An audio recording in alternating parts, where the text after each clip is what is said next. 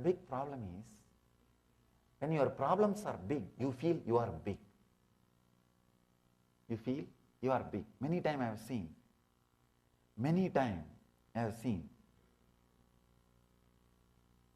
In those days, whenever people come, I used to tell them, hey, stay some time here and live around. Then I started seeing these guys, only then they create all kinds of problem in the mind. No, I have to go to job, I have this, I cannot sit here, I cannot meditate, I am too lazy. They have all kinds of problem. If I tell them, no, you can't stay, there is no time, there is no place here, go back, then they have all kinds of problem. No, I want to be around you, you are not letting us stay, you are not giving us enough attention, you are not loving me. They have all problem. I started creating reverse problems. No, really. See, if I tell them stay, just stay here, stay around me, it's an amazing chance. Then they say, no, I have a job, I have this, I am too lazy, I can't do this, I think I am a load. They have all kinds of reasons. Then I started doing the other way.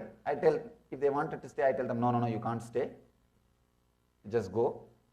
Then they have this problem. No, we want to stay here. You are not letting us stay. You are not entertaining us. You are too busy with too many things. See, mind, either this way or this way, it constantly creates waves. That is why mind is wavering.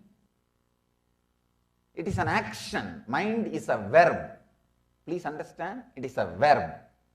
It is an action. Patanjali says very beautifully. It is not a thing, it is an action. Just remember, it is an action and stop it. Nothing else. I told him, now do you understand the value of the mind?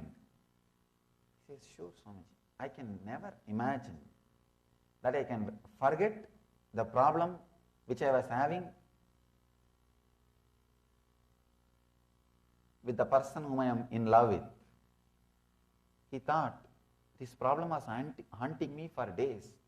I thought this will continue to haunt me for days. But suddenly how this has disappeared. One more important secret you should know.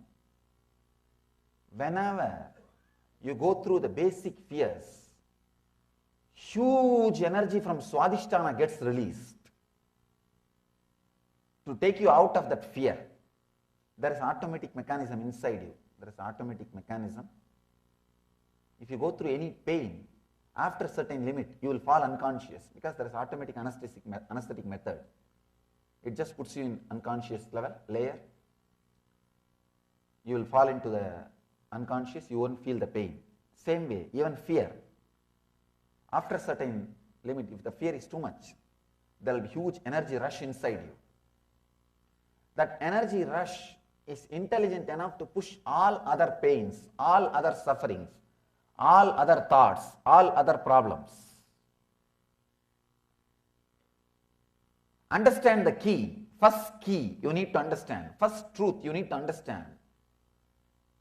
Your problems are not as you think.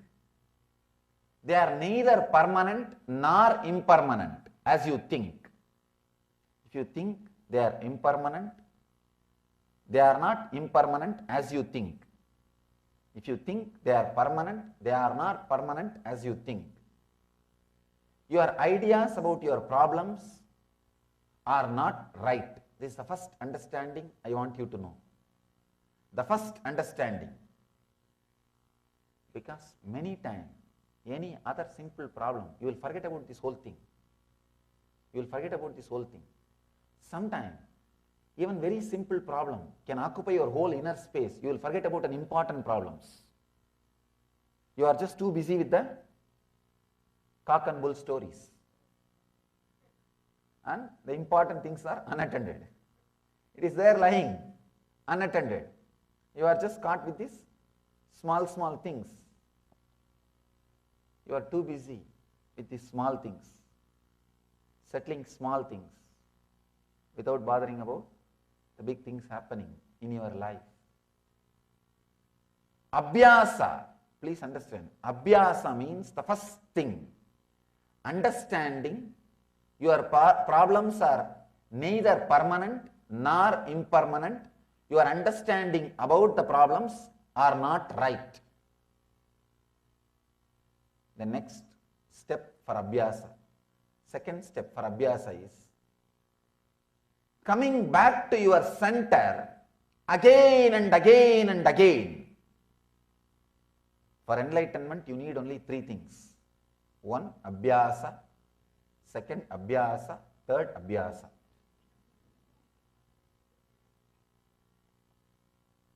Forget about enlightenment. Even for living an integrated life,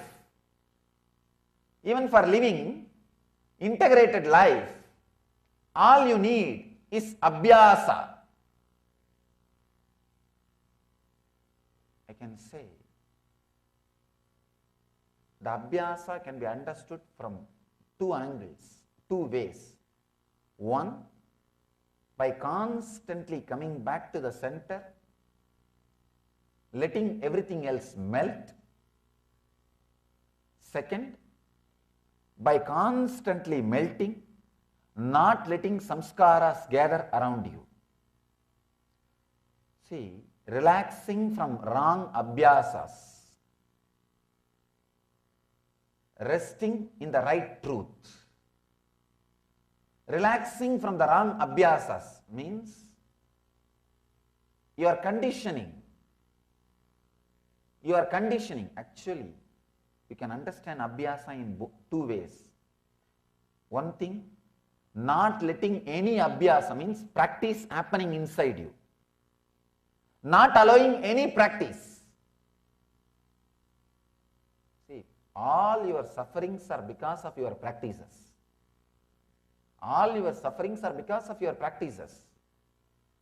That's the reason you can see in your life. Everything is because of your practices. Man is not just a conscious being. His conscious layer is only one layer. His unconscious layer is 9 times bigger than conscious layer, and his body is completely unconscious. Body is created out of non-voluntary habits which has become part of your unconscious. Whatever your conscious does again and again and again and again and again, repeating, that becomes body. Anything repeated by your conscious becomes unconscious and becomes your body. You can see in your life. For example, driving. In the beginning, you need to put so much of effort. You have to do this, that, right turn, left turn. For each decision, the brain has to give the command. It has to pass through the hand and it should be executed. But after some time, you will sit in your car, reach your office. Only when you park the car and come out of the car, you will remember, oh God, last 1 hour I was driving. Sometimes you even run over people. Anyhow, so many decisions you took. Right turn, left turn, stopping at the signal. So many decisions. You are not even aware because it has become non-voluntary action. Part of your unconscious. If you understand abhyasa in this way, if you don't allow any abhyasa, you are liberated. You are enlightened. Means every moment you will be fresh, alive. Your muscles will be so strong, alive. One more thing. Your abhyasa is directly connected to your muscles. Anything you do again and again and again, if it is negative, it weakens your muscles. Anything you do again and again and again with consciousness, it strengthens your muscles. That is why our rishis are saying, the more you age, more strong you should become. Of course, it feels paradoxical. They say More you are aging means more experience in the planet Earth, more experience with your body, more experience with your mind. So naturally you should become more strong and intelligent. But something goes wrong in the whole cycle. Something wrong happens. We start encouraging negative abhyasas, negative ideas, getting stronger and stronger and stronger. See, when I say negative ideas, the unconscious things, they become stronger and stronger and stronger. Unconscious things do not become that strong inside our inner space. Somehow, basically, your being, by its nature, wants to be in a restful awareness mood. Being conscious and restful awareness needs a training which is not provided to you by the civilization or the society or the school or colleges. But being unconscious and relaxing into the restful awareness is taught to you by your colleges and universities and schools. Please understand. This is an important key. By your nature, you want to be in restful awareness. People come and tell me, I am too lazy to meditate, Swamiji. I tell them, just be too lazy to think. That's all. That is meditation. No, I am too lazy to go through programs. I tell them, you don't have to do programs. Just be too lazy to think. That's all. You are in meditation. The problem is, two ways of restful awareness. One, being in the restful awareness consciously.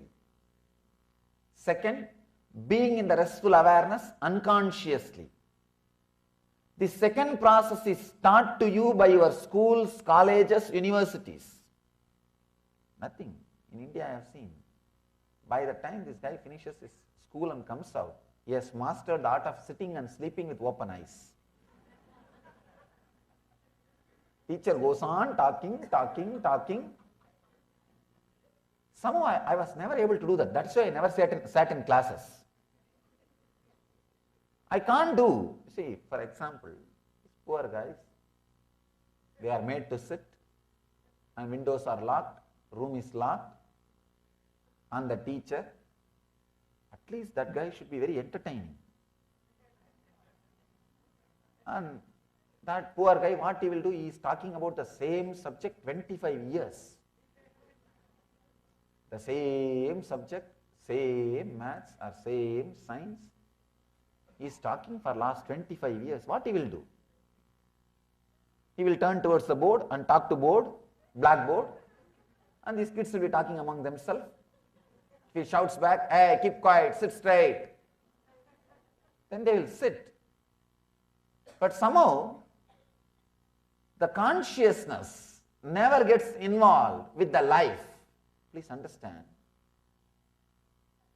If there is no interest created, enthusiasm created about the things you are attending, if it is compulsion, naturally, by and by, you will master the art of disconnecting. Even your eyes and senses are open.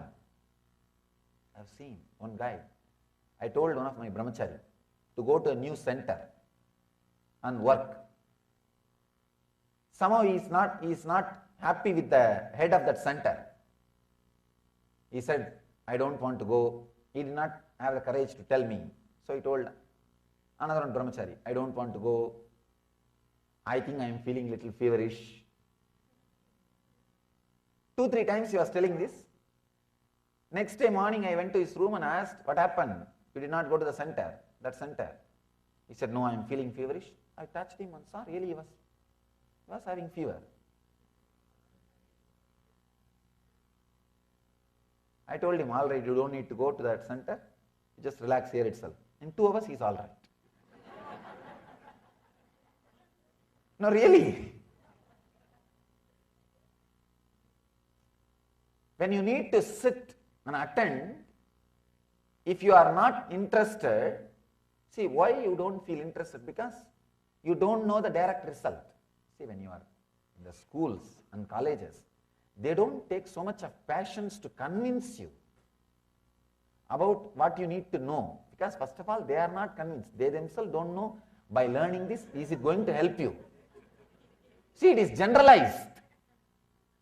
First problem is generalization. Second problem, they themselves don't know what they are teaching is, whether it is going to be helpful for you in the life or not. Really. And one of my teachers told me directly, we are 25 years behind I was doing diploma in mechanical engineering. He told me, we are 25 years behind the industry. If you go for a job in any industry today, maybe in their old shed or in their old godown or archives, you can see the machines which you are seeing in the schools and colleges now. The machines with which you are working, you may not see, you may see only in museum. You may only see in archives. So first of all, the teachers are not convinced about what they are teaching. And naturally that expresses in their method of teaching. And the students are also not convinced about the utility value. There is so much of gap between the person who is designing the system and the person who is put inside the system. So much of gap. So the transmission of intensity and enthusiasm is disturbed. It's like in Zen they have an example. They say,